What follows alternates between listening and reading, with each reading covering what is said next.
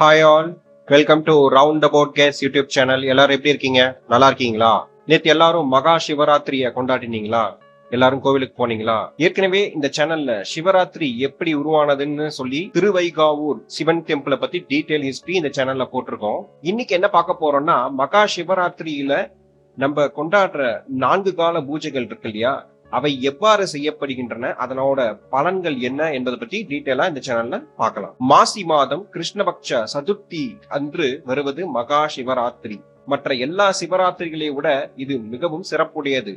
பல்வேறு வகையான பெரிய நலன்களை இது வழங்குகிறது.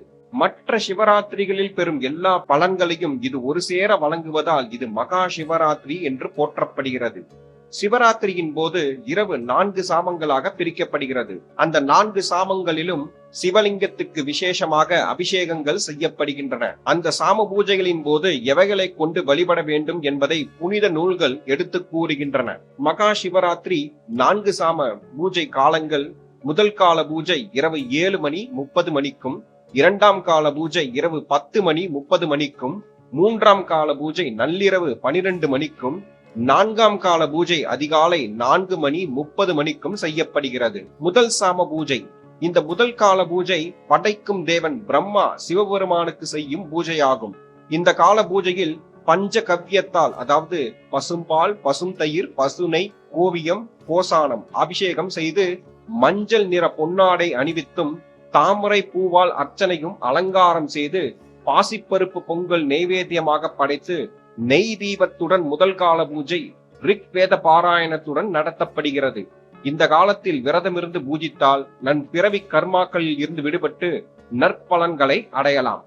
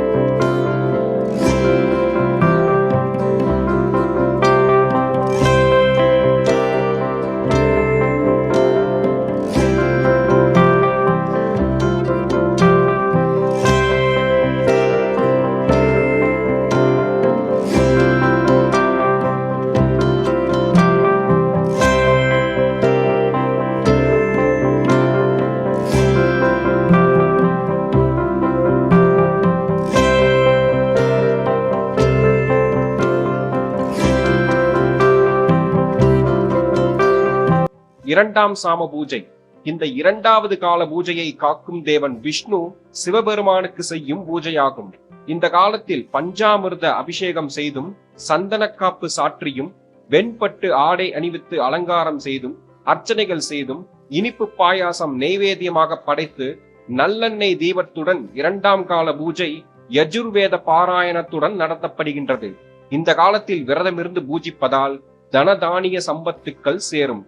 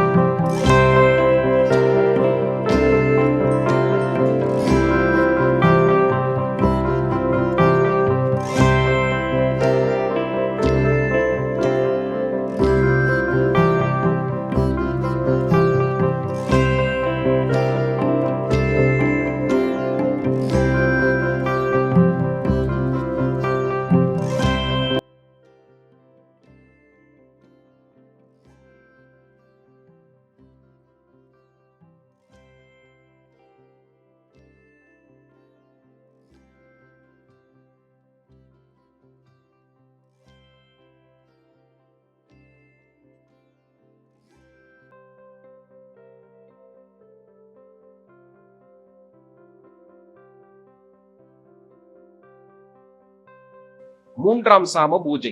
இந்த பூஜை சக்தியின் வடிவமாக அம்பாள் பூஜிப்பதாகும். இந்த காலத்தில் தேன் அபிஷேகம் செய்தும், பச்சை கற்பூரம் மற்றும் வில்வ இலையை கொண்டு அலங்காரம் செய்தும், சிவப்பு வஸ்திரம் அணிவித்தும், ஜாதி மல்லி பூவை கொண்டு அர்ச்சனைகள் செய்து, எல் அன்னம் நெய்வேத்தியமாக படைத்து, இலுப்பை எண்ணெய் தீபத்துடன் சாமவேத பாராயணத்துடன் பூஜை முடிக்கப்படுகிறது. இந்த காலத்திற்குரிய சிறப்பு என்னவென்றால், இதை லிங்கோத்பவ காலம் என்றும், இந்த காலத்தில் சிவபெருமான் அடிமுடியை காண வேண்டி பிரம்மா அன்ன ரூபமாக மேலேயும், மகாவிஷ்ணு வராக ரூபமாக பாதாள லோகத்தையும் தேடிய சிறப்புடையது இந்த காலம். இந்த காலத்தில் விரதமிருந்து பூஜிப்பதால் எந்தவித தீய சக்தியும் நம்மை அண்டாமல் இருக்க சக்தியின் அருள் கிடைக்கும்.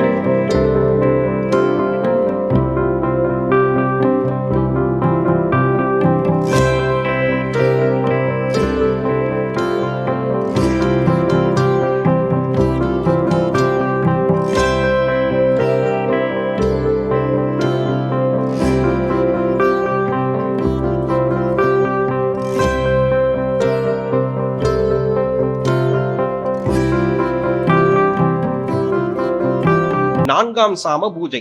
இந்த நான்காவது கால பூஜை 30 முக்கோடி தேவர்களும், முனிவர்களும், ரிஷிகளும், பூதகணங்களும், மனிதர்களும், அனைத்து ஜீவராசிகளும் சிவபெருமானை பூஜிப்பதாக கருதப்படுகிறது. குங்குமப்பூ சாற்றி, கரும்புச்சாறு, பால் அபிஷேகம் செய்தும், நந்தியாவட்ட பூவால் அலங்காரமும் அர்ச்சனையும் செய்து, அதர்வன வேத பாராயணத்துடன் சுத்தாண்ணம் நேவேத்தியமாக படைத்தும், தூப தீப ஆராதனைகளுடன் 18 வகை சிறப்பு அலங்கார அபிஷேக பூஜைகள் செய்யப்படுகிறது.